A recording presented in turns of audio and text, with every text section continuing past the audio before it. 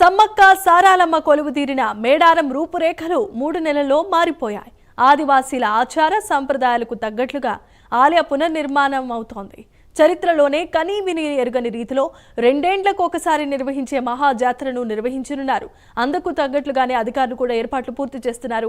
100 ఏళ్ల పాటు చెక్కు చెదరకుండా నిలిచేలా గద్దెల శాశ్వత పునర్నిర్మాణ పనులు చేపట్టారు.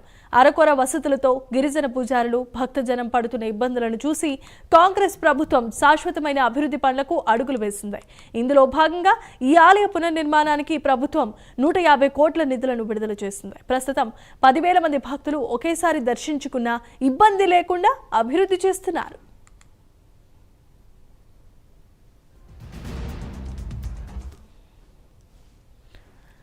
ఆలయ పునర్నిర్మాణంలో గద్దెల ప్రాంగణాన్ని విస్తరించి సమ్మక్క, సారక్క, పగిడిద్దరాజు, గోవిందరాజు కొలువులను ఒకే వరుసలోనికి తీసుకురానున్నారు. ఇప్పటికే ఆలయ పునర్నిర్మాణ పనుల కోసం సుమారు 400 మంది సిబ్బంది ప్రతిరోజు 3 షిఫ్ట్లలో పనిచేస్తున్నారు.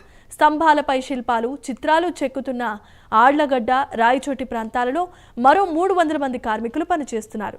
కోయల వద్ద దొరికిన 900 ఏండ్ల నాటి తాళపత్ర గ్రంథాల ఆధారంగా ప్రధాన స్వాగత తోరణంపై సమ్మక్క వంశీయుల చరిత్ర తెలిపే విధంగా 59 బొమ్మలను చెక్కించారు. ప్రధాన స్వాగత తోరణంపై దాదాపు 750 మంది కోయ వంశీయుల పేర్లకు సంబంధించి 7,000 బొమ్మలను చిత్రీకరించారు. సమ్మక్క, సారాలమ్మ, గోవిందరాజు, పగిడిద్దరాజుల వంశవృక్షాలు, గొట్టు గోత్రాలతో పాటు గద్దెలపై ప్రతిష్ఠించే వెదురు బొంగుల నమూనాలు ఆదివాసీల జీవన శైలికి అద్దం పట్టేలా బతుకు చిత్రాలు విశేషంగా ఆకట్టుకునేలా చెక్కారు. ప్రధానంగా ఆలయ ప్రాంగణం ముందు స్వాగత తోరణంతో పాటు గద్దెల చుట్టూ నిలిపిన పాలరాతి స్తంభాలు ప్రత్యేకమైన ఆకర్షణగా నిలుస్తున్నాయి.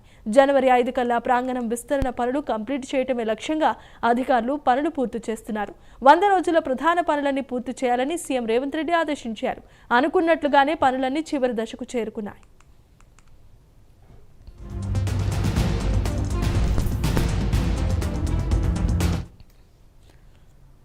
ఇక మేడారంలో జరుగుతున్న అభివృద్ధి పనులను మంత్రులు సీతక్క, కొండా సురేఖ, పొంగులేటి శ్రీనివాసరెడ్డిలు ఎప్పటికప్పుడు పర్యవేక్షిస్తున్నారు. మరోవైపు మేడారం సమ్మక్క సారాలమ్మ జాతరను దృష్టిలో ఉంచుకుని అధికారులు బస్సు సౌకర్యాల కల్పనకు సిద్ధం చేస్తున్నారు. భూపాలపల్లి నుంచి మేడారానికి ముందస్తుగానే ఆర్టీసీ బస్సు సర్వీసులను ప్రారంభించినట్లు అధికారులు తెలిపారు. ప్రతిరోజు ఉదయం 8 గంటల నుంచి రాత్రి 10 గంటల వరకు భక్తులకు బస్సు సౌకర్యం అందేలా చర్యలను చేపట్టారు. ఈ బస్సులు భూపాలపల్లి నుంచి గణపురం, ములుగు, పస్రా, తాడ్వాయి మీదుగా మేడారం చేరుకోనున్నాయి. ప్రయాణికుల రద్దీకి తగ్గట్లు అదనపు బస్సులు ఏర్పాటు చేయనున్నట్లు ఆర్టీసీ అధికారులు తెలిపారు. మొత్తంగా చూస్తే గత మేడారానికి ప్రస్తుతం చూడబోయే మేడారానికి చాలా తేడాలే ఉండబోతున్నాయి. ప్రతి ఒక్కరూ మేడారం అభివృద్ధి గురించి మాట్లాడుకునేలా అధికారులు ఆలయాన్ని తీర్చిదిద్దుతున్నారు. ముఖ్యంగా సీఎం ఆదేశించినట్లు జాతరలోపే నిర్మాణ పనులన్నీ పూర్తి చేయాలని అధికారులు పనులను శరవేగంగా పూర్తి చేస్తున్నారు. ఇక ఈ జాతర కోసం అన్ని ఏర్పాట్లు చేస్తున్నారు. ఆ మహాజాతర వచ్చే ఏడాది జనవరి 28న సారాలమ్మ రాకతో ప్రారంభం కానుంది. 29న సమ్మక్క దేవతను గద్దెకు తీసుకొస్తారు.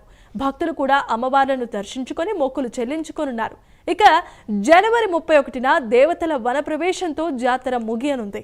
అయితే మహాజాతర కంటే ముందే మేడారంలో భక్తుల రద్దీ పెరుగుతుంది. ఓవైపు మేడారంలో అభివృద్ధి పనులు జరుగుతుంటే మరోవైపు భక్తులు ముందస్తు మొక్కులు చెల్లించుకుంటున్నారు.